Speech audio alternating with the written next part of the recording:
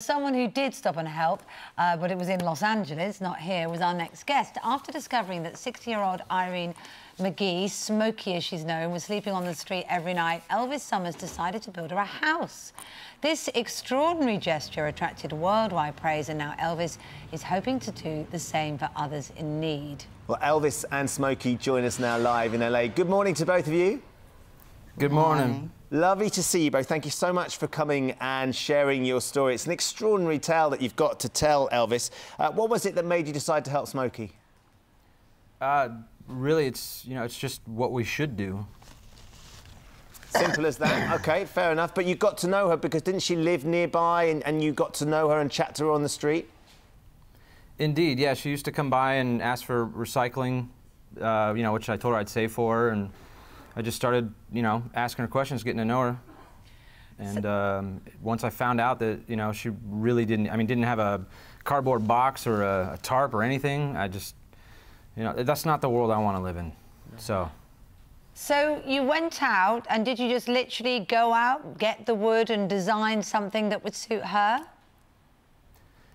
I didn't put too much thought into it. I mean, I did just go out. I have a small car, so I kind of had to make a lot of trips, and but it's just not, it's obviously not complex. So I knew I could build it and wanted it to look like a real house. So I put a little extra time into it. And Smokie, when did you know that this was all happening for you? Did you see it as it was being made? Yes, somewhat.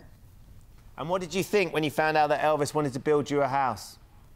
When he told me, I asked him, I said, when is it going to be ready? I was so excited. So when eventually he gave you the keys, how were you feeling? I felt marvelous. The same way I feel right now, I feel so good. And what does it suit you? Do you like it in there? I love it, baby. I wish I could just take it and hug it all over.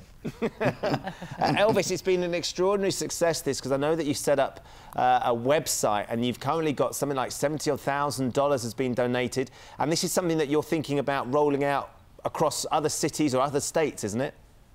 Most definitely. I mean, honestly, I thought I would be lucky enough to help a dozen people go back to my job, stressing over business, and that would be the end of it. But since it has gone so global, and I get thousands and thousands of emails daily of people saying that they're inspired or that they want to carry it on or asking how they can do it in either their state or their country, I can't turn my back on that. So it's, I'm going to bring everybody together, and I'm going to build a lot more, and I have a lot planned. And where are you going to put them? Because having one house, I mean, do you have to get planning permission for that? And if you've got more and more and thousands, how are you going to make it work? I have a few tricks up my sleeve to put that together. So, I mean, yeah, because a lot of people are saying, I don't want to see this in front of my house in my neighborhood. And so, I mean, one thing that I'm going to do is, get several different pieces of property and, build small communities where everybody can come together and, help these people reintegrate into society and, get the resources that they need to come back up. So the tiny house is just one step. It's not a solution, it's just the first step. Smokie, is that your phone ringing? Have you got some friends in London that want to say you on telly? Yes, that was my phone. OK, well, look, do you know what? I forgot to...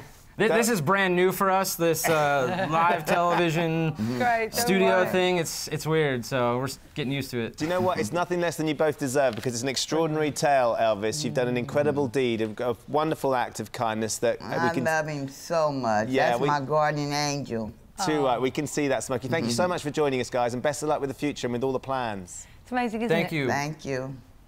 Amazing how one act of kindness has led to more and bigger, and then it just sort of spreads. It's so wonderful. Lovely. We really want you to get involved. Maybe you can start your own chain of kindness. Please tell us what you're doing to help, or what people around you are doing to help, or kindness that you've seen. Please upload a photo via Facebook, Twitter or Instagram with the hashtag Random Acts of Kindness, or email it to gmb@itv.com. If you're under 16, you will need parental or guardian consent, so for terms and conditions, do see itv.com/terms. Lovely stuff. It is just after